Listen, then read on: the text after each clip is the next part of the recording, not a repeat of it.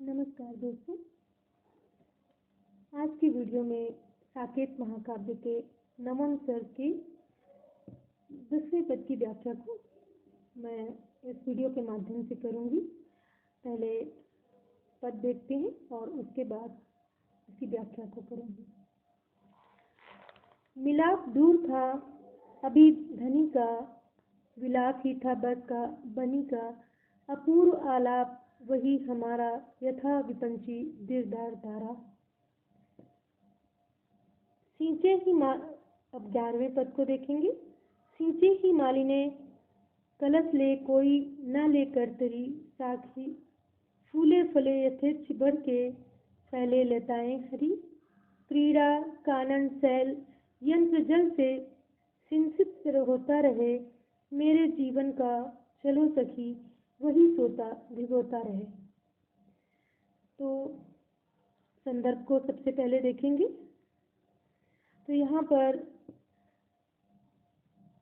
मैथिलीशरण गुप्त जी ने 14 वर्ष का जो समय अवधि है वो बहुत अधिक होती है और नायिका जो उर्मिला है वह किस प्रकार से विरह व्यथा से व्यथित है, उसी का वर्णन यहाँ पर गुप्त जी ने किया है। और उनका जो वियोग की अवस्था है उसमें वह कैसी मनोदशा, कैसे वो उस वियोग को दूर करने के उपाय करती हैं, किस प्रकार से वो अपने मन को लक्ष्मण जी के तरफ से हटाकर अन्य कार्यों में लगाना चाहती हैं और उनकी सखियां भी वैसा ही उपक्रम करने का प्रयास करती हैं, उसे बतलाने का प्रयास किया है प्रस्तुत व्याख्या के माध्यम से।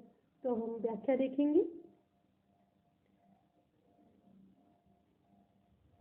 नायिका उर्मिला अपने स्वामी लक्ष्मण जी का जो मिलाप है उसके बारे में सोचती है कि अभी तो उनसे मिलाप होने के लिए या उनसे मिलने के लिए तो हमारे जो समय है वो बहुत दूर है, अभी संभव नहीं है कि हमारा मिलन जल्दी होगा। और 14 वर्ष का समय तो वैसे भी बहुत दीर्घकालिक अवस्था होती है, बहुत दीर्घ काल का समय होता है और तब तक उस अवस्था में, विरह की अवस्था में रह पाना किसी भी नायिका के लिए संभव नहीं है। तो वैसी ही कुछ स्थिति उर्मिला की भी है। उनके लिए केवल विलाप करना ही शेष बचा है। वह सिर्फ लक्ष्मण जी को याद करके रो सकती हैं, बाकी और कुछ तो नहीं कर सकती। तो उनकी जो आली हैं अर्थात सखियां हैं वो कहती हैं कि जिस प्रकार से एक सितार पर दिलदार दारा की ध्वनि समय व्यतीत करने में हो सकती है, उसी प्रकार हम भी अपने अपूर्व आलाप में समय व्यतीत करती रहेंगी। यानी कि कहने का तात्पर्य यह है कि अपने समय को ध्वनि यंत्र के माध्यम से, सितार आदि के माध्यम से भले ही हम अपने ध्यान को भटकाएं, लेकिन वो बार बार लक्ष्मण जी की तरफ चला जाता है। तो फिर भी हम कोशिश करेंगे, हम इस तरह से सखियां कहती हैं कि उसके दिलदार द्वारा जो ध्वनि निकलती है सितार के माध्यम से, उसमें समय व्यतीत हो जाए ऐसा उपाय करने का प्रयास करेंगे और जिससे नायिका अर्थात उर्मिला का जो रुदन है और विरह है उसे कम किया जा सकता है। अब उर्मिला अपनी सखियों से कहती हैं कि आज उपवन की मालिनों को आदेश दे दो। हे सखी, जो उपवन की देखभाल करने वाली मालिनें हैं उन्हें यह आदेश दे दो कि वे वृक्ष एवं वृक्षों को और पादपों को केवल कलश लेकर सिर्फ सींचे, कोई भी हाथ में करतरी ना ले। बस करतरी अर्थात कैंची, यहाँ पर करतरी शब्द का जो प्रयोग हुआ है उसका अर्थ होता है कैंची।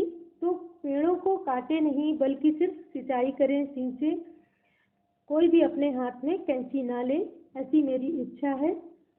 मेरी इच्छा है कि जो वृक्ष हैं उनको उसी रूप में फलने फूलने दिया जाए, बढ़ने दिया जाए जैसी स्वाभाविक स्थिति में वो स्वतः बढ़ना चाहते हैं। उन्हें काटने की कोई ज़रूरत नहीं है।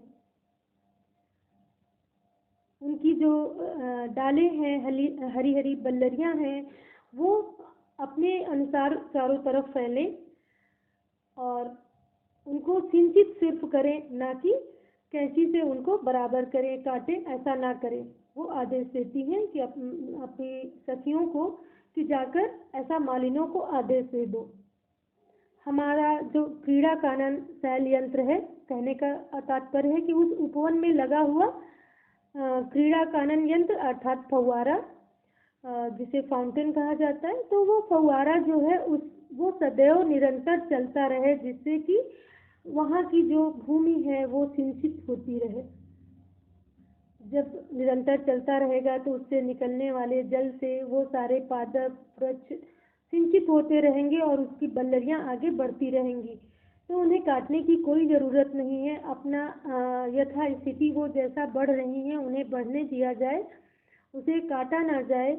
और जो क्रीड़ा कानन शैल यंत्र है वह भी निरंतर चलने दो, जिससे कि वहाँ की भूमि सिंचित होती रहे। क्योंकि उर्मिला का जो मन है वह भी विरह की अवस्था में बहुत दुखी है और दुखी होने के कारण उनके आँखों से निरंतर जल के रूप में आंसू बहते रहते हैं।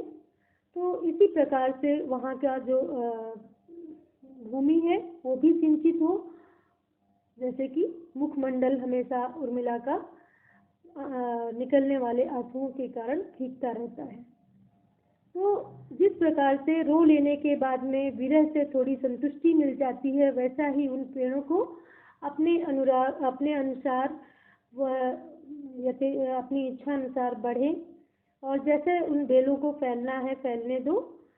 और उस फाउंटेन द्वारा, उस झरने द्वारा या फव्वारे द्वारा निकला हुआ जल जब उनको सिंचित करेगा तो वह अपने इच्छा अनुसार जैसे डालें फैलनी होंगी वो फैल जाएंगी। ऐसा अपनी सखियों को उर्मिला आदेश देती हैं। तो बोलते हैं मेरे जीवन का जो जल स्रोत है इसी प्रकार से जलमय बना रहे। जिस प्रकार से यह उपवन में लगा हुआ फव्वारा हमेशा जल से सिंचित रहता है, वैसा ही हमारा जीवन भी जलमय बना रहे। अब हम विशेष को देखेंगे।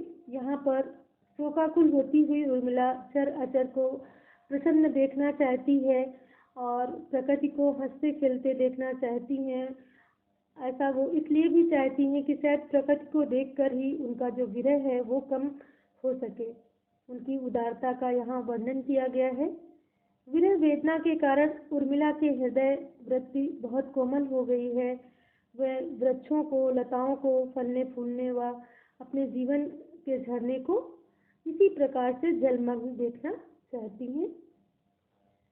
साकेत की कथा को हम देखें कि मैथिली शरण गुप्त जी ने एक तरह से गृहस्थ जीवन से भी बांधने का प्रयास किया है। सारी कथा उनकी गृहस्थ जीवन को बांधती हुई सी प्रतीत होती है।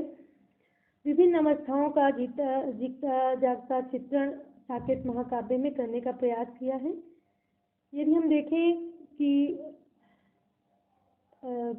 जो मैथिली शरण गुप्त जी हैं उन्होंने स्थान स्थान पर राग, द्वेष आदि साक्षात दर्शन कराए हैं।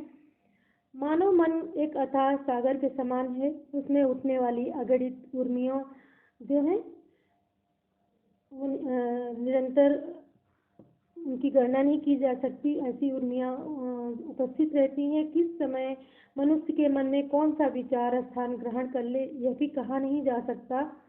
और ये राग द्वेष जो हैं असंख्य स्पष्ट और अस्पष्ट भावनाओं से पल्लवित होते हैं। ये भी उन्होंने अपनी रचना के माध्यम से दर्शाने का प्रयास किया है। भारतीय संस्कृति में पारिवारिक जीवन को वैसे भी विशेष महत्व दिया गया है। गृहस्थ जीवन को सर्वश्रेष्ठ सारे जो भी आश्रम है उनमें गृहस्थ आश्रम वैसे भी सर्वश्रेष्ठ माना गया है। और गुप्त जी ने जो काव्य अध्ययन करने में ये भी पता चलता है कि उन्होंने गृहस्थ जीवन के से संबंधित बहुत कुछ साकेत काव्य के माध्यम से दर्शाने का प्रयास किया है। उनका गृहस्थ जीवन का वर्णन जो है अद्वितीय है और उसमें उन्होंने सफलता भी पाई है। प्रत्येक मानव परिवार में सुख दुख होना स्वाभाविक बात है, क्योंकि बिना सुख दुख के हमेशा एक सा जीवन नहीं चल सकता, इस बात को भी उन्होंने इस काव्य के माध्यम से दर्शाने का प्रयास किया है। तो जहाँ पर अच्छाइयाँ हैं वहाँ पर बुराइयाँ भी हैं। ठीक इसी प्रकार साकेत में भी एक परिवार के सुख दुख का वर्णन किया है।